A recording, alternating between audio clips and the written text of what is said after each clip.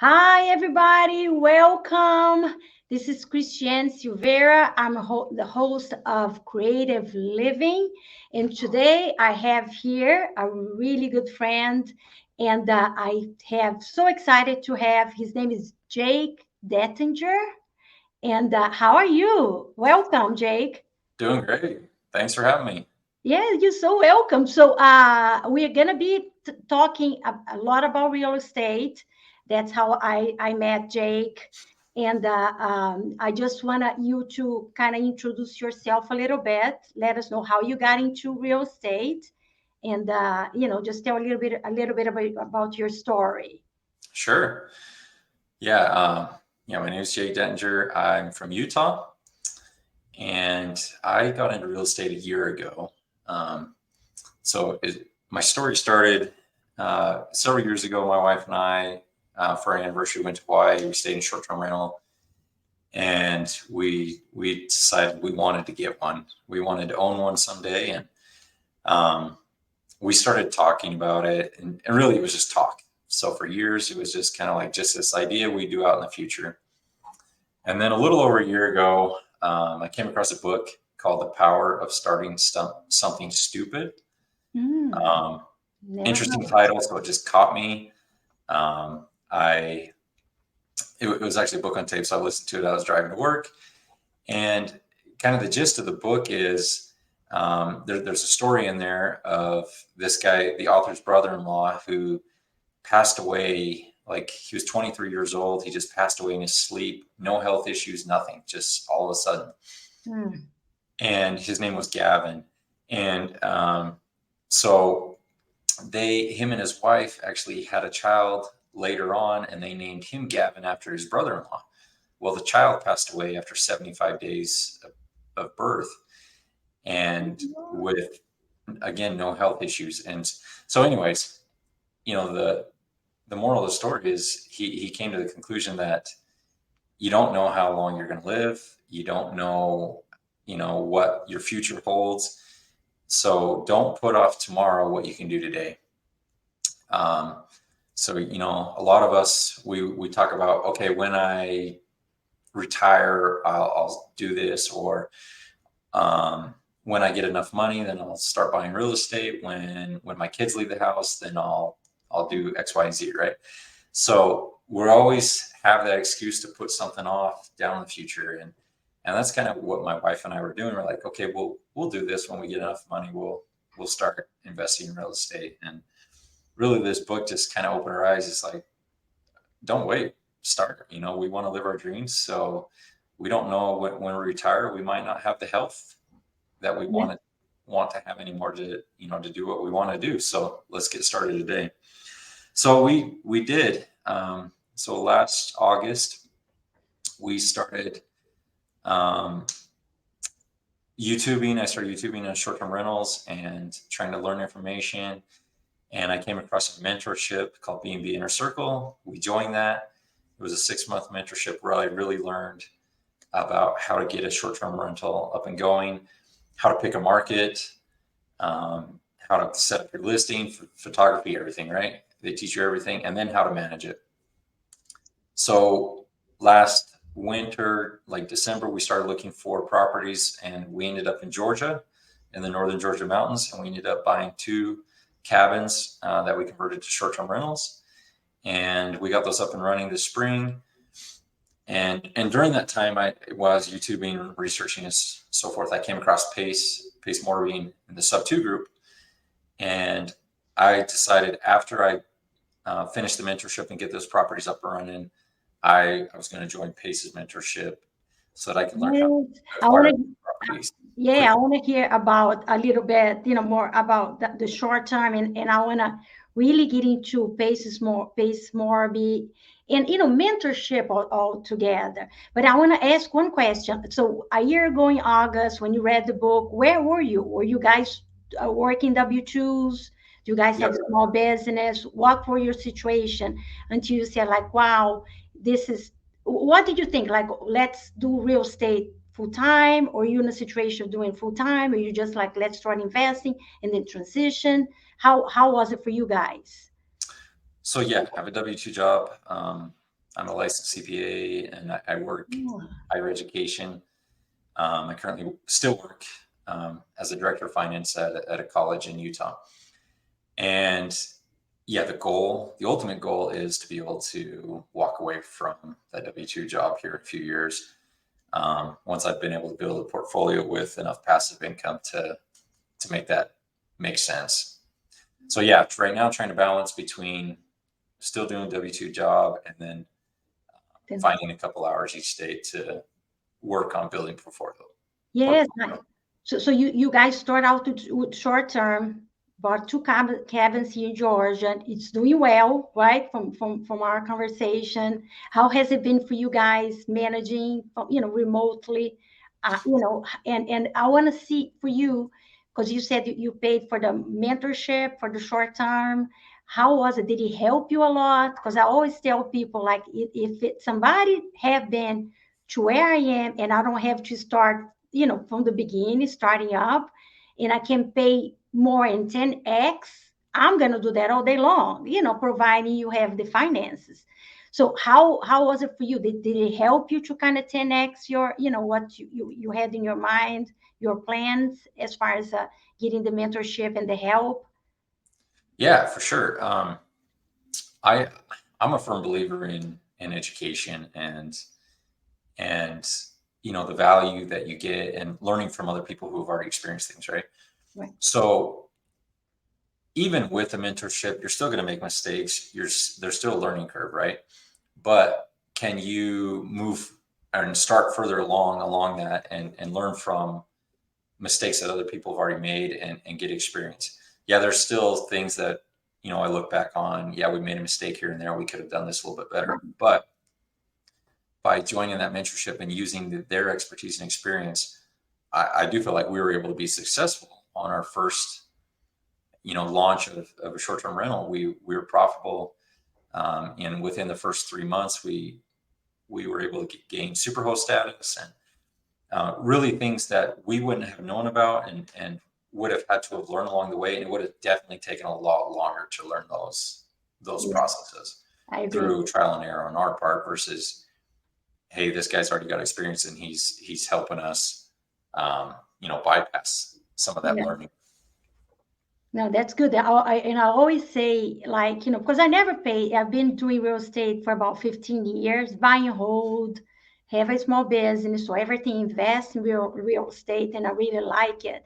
But when I start having, the change in my mind and saying, let me pay for a mentorship, pay for a mastermind, it changes. But if you don't take action, it doesn't matter, right? Like, you can read books, you can go YouTube. That's a great things there too. And I think the next level for me was to join Mastermind. But if you don't take action, it doesn't matter. It doesn't matter you reading a lot about it, learning, but not executing. So that's what I tell people. Like, if you feel like you really, really, really want to do it, join. It's worth the money. So, same as buying a book. If you really want to do something, learn from it, it's worth paying, buying a book, getting YouTube or listening to some podcast. There's a lot of great, things for free. But once you get to that level, you got to be able to see, like, okay, I am ready to move on and take actions. So for you guys, before August of last year, did you guys have any investments as far as real estate, or you guys were pretty much like new? And it's so nice that you have your wife's support, because I think the most of the times it's the husband that wants to do things. Like in my case, was my husband that wanted to join things and want to get to go to meetups, and I'm like, I was so like, no, I don't want to do it. I want to do it. And I finally, like, wow. And then I see it.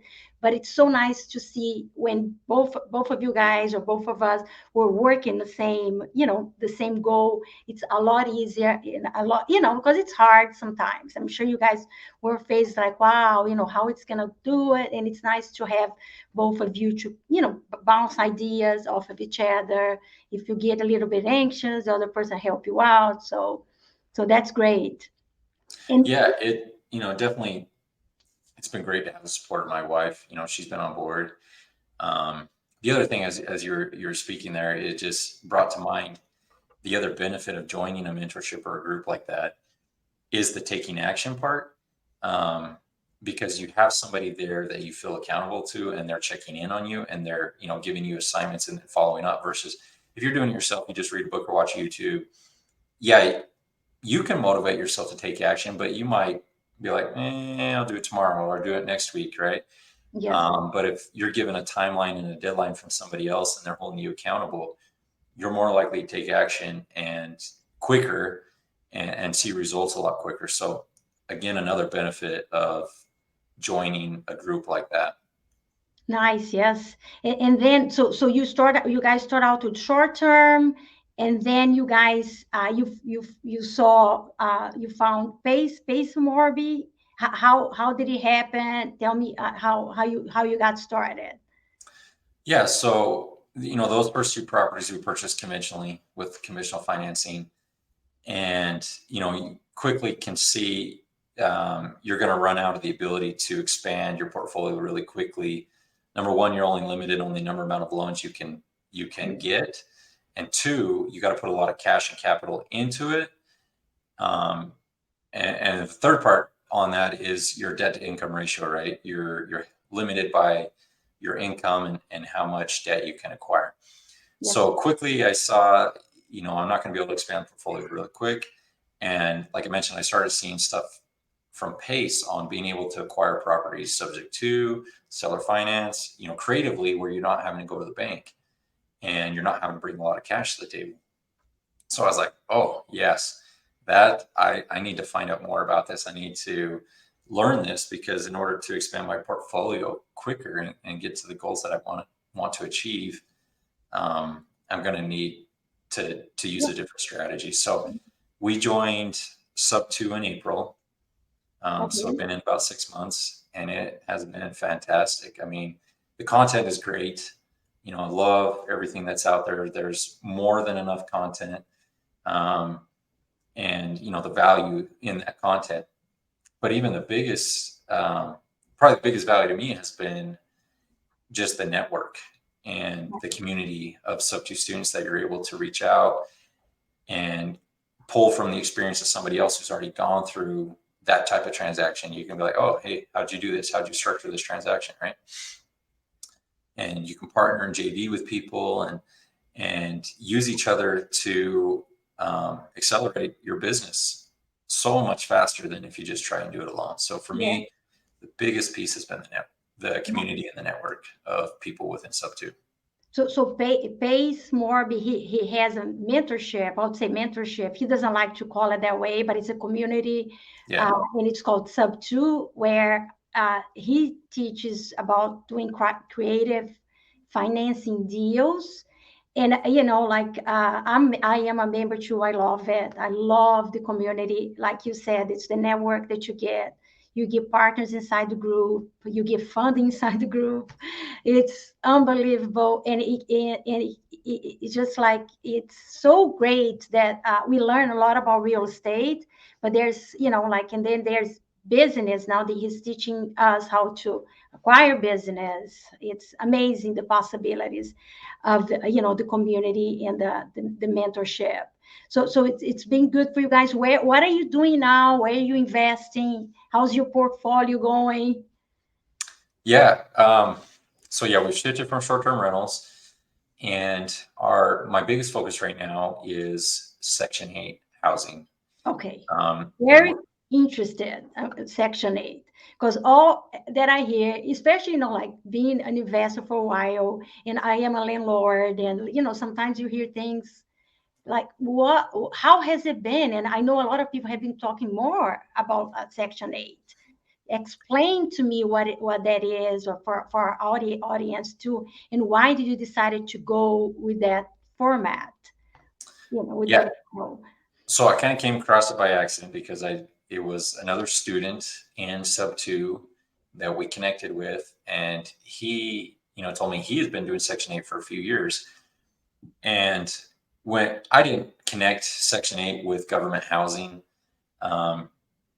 but once he said that, I was like, I thought government housing, wasn't that great. You're not going to have great tenants. They're going to destroy your property, so forth. All those myths that you hear out there, right? Yes. Oh, yes.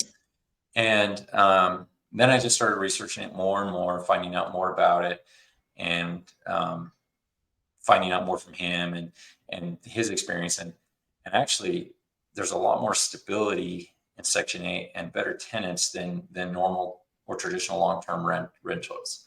And the reason for that is the tenants have to qualify. They have to get a voucher, from their local housing authority. Okay. And, they get those vouchers for several different reasons. One can be like medical, their Disabilities and disabilities, so forth, right? Another one could just be based on income, and so forth. So, they have to apply, and if they qualify based on certain qualifications, then they get what's called a voucher. Well, typically you're on a long waiting list, and in some markets people get on a waiting list that are like 10 to 12 years long. Other markets shorter, like 3 to 5 years, but you're on a waiting list to get a voucher. And once you get this voucher, if you violate any of the rules of the landlord, if you don't pay your share of the housing, whatever, if you break any of the rules, you lose your voucher, and then you don't get it again. And in most cases, a tenant might pay 30% of their rent for the month, and then the government pays the other 70%. Oh, I was gonna ask you that. Yes. So they have some of the vouchers, they come up, they need to put some money down to be able to. Okay. So, and it just depends. Each individual is different. So one might get 20%, one might get 30. Some even get 100% paid by the government, right? Wow. So it just depends on the individual and their circumstances. But once you get that voucher, you don't want to lose it, because, the government's paying 70, 80, 90% of your rent. Right. If you lose it, you now got to pay 100%. So you don't want to lose it, right? You want to stay on it. And it's also difficult to find. There's high demand and low supply of Section 8 landlords. So once you get into a property, you want to stay. Okay. And so you want to stay, you want to take care of the property, because if you don't, you're going to get kicked out, you're going to lose your voucher. So anyways, for the most part, Section 8 tenants do take pretty good care of your property. They stick around for a long time. So there's like low vacancy or almost 0% vacancy on your property, and you're getting guaranteed rent. The government is guaranteeing 70, 80%. So like during COVID, where a lot of landlords, their tenants were required to pay rent. Well, guess what? Section 8 housing was still paying rent. So you were still collecting rent while regular long-term renters were not. So for those reasons, I'm really intrigued into Section 8. And also I have a mission or a goal that I want to give back, and I want to provide affordable housing, to those in need. So this is a great way to provide affordable housing to those that are in need. And, it has a little philanthropic side to it as well, where you can give back to the community. And as far as the screening, how do you screen the tenants? Is it the same way that you do with the paying 100%, the tenants that are paying, or do you, or and actually I get a deposit, or there's no such a thing? Yeah, so we have like 13-step process that we go through. Oh, okay. Obviously you contact their prior landlords. That's one of them. You pull background checks, you do credit reports. Now a lot of these, their credit might not be that great, but you can see whether or not they filed for bankruptcy. You contact their prior landlords and see whether or not they're staying, their stability, how well they're taking care of those properties. One of the biggest ones that we do is you actually go visit their current place. You just show up and take a look. How are they taking care of their property? Look inside real quick. Is it trashed? You walk on the door and say, "Hey, I'm Jake. I'm just going through my screening. I just want to say hi." Is that how you approach the tenant? So they know you coming? No, usually it's surprise, because you want to see it as it is, right? Not give them a chance to be like, yeah, we're showing up tomorrow, and then they hurry and clean everything up, right? So you want to see it as it is. Do they have dogs and they're destroying the place? Are they hoarding inside the house? Whatever it is, right? Right. Yeah. You'd be able to see that really quick and be like, no, not these guys. Um, and the other thing is, with Section 8, you have a lot of demand, like I said, and low supply. So there's a lot of tenants. And so you have a lot of options when it comes. So you can handpick, and you can easily pick, ones that are going to be better tenants. Yes. So for that reason, that's why I'm in Section 8 right now. And there's good returns. We're in Akron, Ohio, where we're buying properties between 75 to 100,000 that are Wow. turnkey, really, So maybe how do you minimal finance? cosmetic Tell me maintenance. the finance. How do you finance the house? Are you buying sub two or seller financing? How Not do right you do it? now. I would like to get to that point and build a network with, wholesalers or other sub-two students in that area that could sell me those properties subject to. But right now we are using DSCR loans, Okay. and we actually have an experienced investor agent in that area who is finding the properties for us. But the cash that we're bringing to the table is like 20%, so like $20,000 to go into a property. So again, really minimal. Nice. And our cash on cash return is 28% right now Oh. on average on those properties. In DSCR, just so people who don't know about the loan, can you explain a little bit? How it's they check your credit score, but everything is qualifying on a property, right? Mhm. If you can just tell what DSCR is. Yeah, so DSCR, they base it. They do look at your credit score, and then they kind of base the rate based off your credit score and how much down payment you need to bring to the table. Mhm. But then after that, it's based off the projected rental income of the property itself. So as long as the projected rental income is going to cover the amount of the loan and the maintenance expenses, um, then they'll loan like up to 80%, or typically it's up to 80% or between 70 to 80. But we're trying to get them around 80%, so we're bringing less cash to the table. Nice, nice. That's great. And you guys start buying Ohio? Is that what you guys are focusing on now, or what are your markets? Yeah, Ohio right now, Akron, Ohio. And again, the reason is just the properties that we're able to buy, turnkey ready properties Yes. for under 100 grand. And the Wow. rent on those is like $13.70 a month, that the Section 8 Wow. rate that they will pay. So, our mortgage or our loan on there was going to be like $500 a month. And and after maintenance and property management and stuff, we're netting about $700 to $750 a property. Wow, that's amazing. And then the tenant pay for utilities, everything, right? Mhm. All, even though they're Section 8, everything's the same, just the government, you guys get the voucher from the government. That's great. And this one that you guys bought is your first one you hired. It's a 5 unit, 5 unit that, whoa, Well, so actually we got three units. Two are duplexes and one's a single family. okay, So 5 doors total that okay. we're um, under contract on right now buying.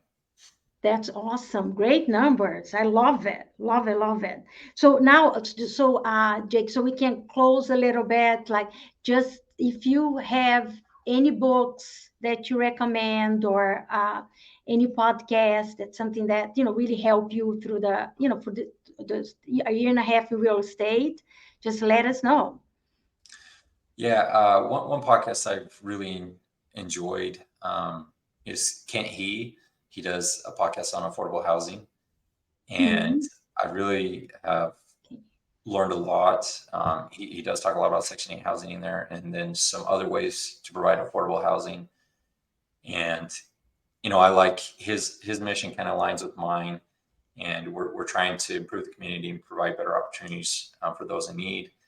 help them get them on their feet so that they can improve their lives. So really enjoyed that. And then the details that he goes into, with his guests on how they're doing Section 8 or how they're doing other affordable housing projects is pretty incredible. Nice. As far as books that really this past year that have stood out to me, I just finished reading The One Thing. That's a great book because, and talk about just focusing your priorities. Sometimes we can try and stretch ourselves with too many goals and too many projects that we're working on. And when you're focused on so many things, you don't really become that successful, right? You might become balanced, but you're not really successful. Whereas opposed to if you have, one or two major priorities or things that you're focused on, then you're more likely to become successful and a lot quicker. Yeah, I remember I read that book, and for me, my daily to-do list was so all over, and I really learned to prioritize the things that are very important that gonna get me from A to B. So that's what I do, to this day. I love that book, and I like it so much that I think everyone should read it like every 6 months because we kind of forget after a while, Yes. right? Because there's a lot of shiny objects, Yes. right? There's a short term, it's middle term, and it's multifamily. There's so many stuff out there because real estate is that great. If it is something that if you're good at a couple of things, you can do a lot. So focus on one at a time, get very good at it, and then you can add something else, right? Yep. Another book that I really enjoyed was The Go-Giver. And this book just talks about adding value to other people. And as you add more value to other people, it just comes back. And, and that's not the reason you're doing it, but it just is the natural consequence of helping other people. And really that ties into Pace's philosophy within the Sub2 group is, you reach out and you help other people. You partner up with somebody, you have something to add to them, they have something to add to you, and you guys are going to go a lot further than if you just try and do it all yourself. So for me, I really love that book. So it's been great. It's so true. So, Jake, tell us, where can we find you? Do you have a website or Instagram? What is the best way if people have any questions? They can find you? So right there, Okay. fading out. So right Right. about there, if you scan that QR code right there, actually. So you get the phone and you scan Yep. like that. Okay, nice. So that'll take you to my link tree, and it has my Facebook. So I'm just Jake Dettinger on Facebook, Instagram, Jake _ Dettinger, I believe. I'm on YouTube. I have a YouTube channel there. Started a podcast as well. And my buy box is there. So if in the areas that I'm working in, if you want to partner or Wholesalers JV out together, there, partners, get yeah, that we love it. So, QR code. Yeah, or if people have any questions, especially about Section 8, I'm sure a lot of people, it's something that I've been hearing a lot, which is great. It's giving back too. So, but Jake, thank you so much. It was a pleasure having you here, talking to you, and learn a lot of new things. well, thank you. Thanks for having me. It's been a pleasure, and I enjoyed being here. All right, we talk later then. Hey, thank you. Okay, bye, guys. Bye.